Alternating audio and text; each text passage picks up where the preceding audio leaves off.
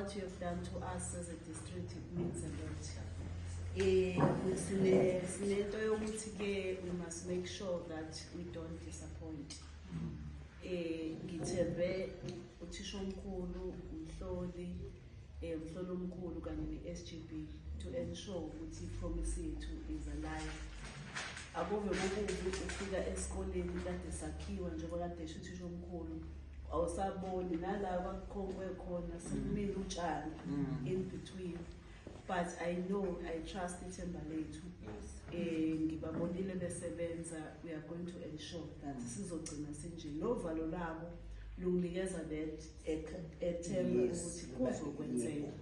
You see, equality infrastructure supports education. When a learner comes to a school like this, before even he can or she can learn, she is already motivated. Ufika nje environment on its own, I am motivated towards teaching. So we want to believe that the percentage that we have registered last year indeed is going to increase.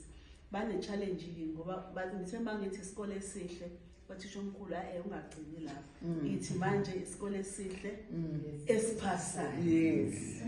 So ke uyisho lo yena usho ukuthi next year vele siyangena ku 100%. But in short, I just want to say DDG also supporting.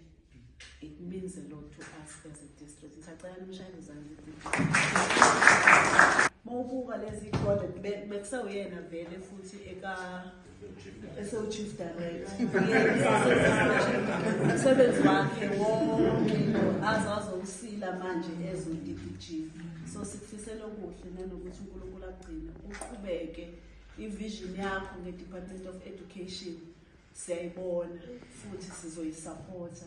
We won't disappoint. Thank you very much.